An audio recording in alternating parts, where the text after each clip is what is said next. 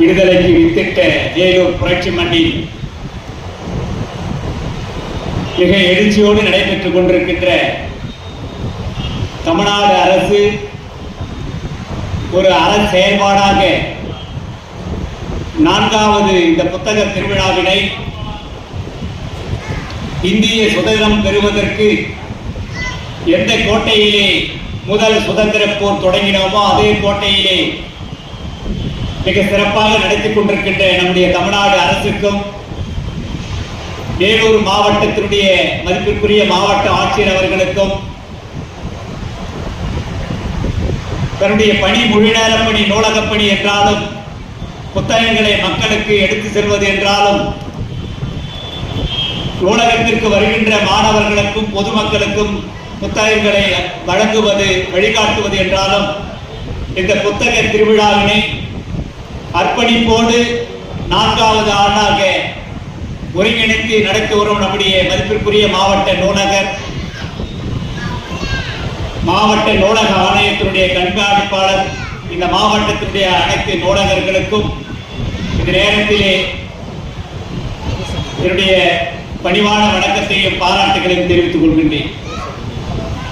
இந்த புத்தக திருவிழா 28ஆம் தேதி தொடங்கினாலும் தமிழகத்தை தலைநிமிர செய்வேன், எந்த காரணத்தை கொண்டும் தலையுடைய விடமாட்டேன் என்று சபதமேற்று தன்னுடைய இரவு பகல் பாராத அர்ப்பணிப்போடு பணியாற்றிக் கொண்டிருக்கின்ற மாண்புமிகு முதல்வர் அவர்கள் இந்த பணியினை தன்னுடைய அரசு பணியில் மிக முக்கிய பணியாக ஏற்று நடத்துவது என்பது உள்ளபடியே உலகில் வேறு எங்கும் காணாத மிக அற்புதமான ஒரு அரசியலாக நான் பார்க்கிறேன். அப்படிப்பட்ட அரசியலினுடைய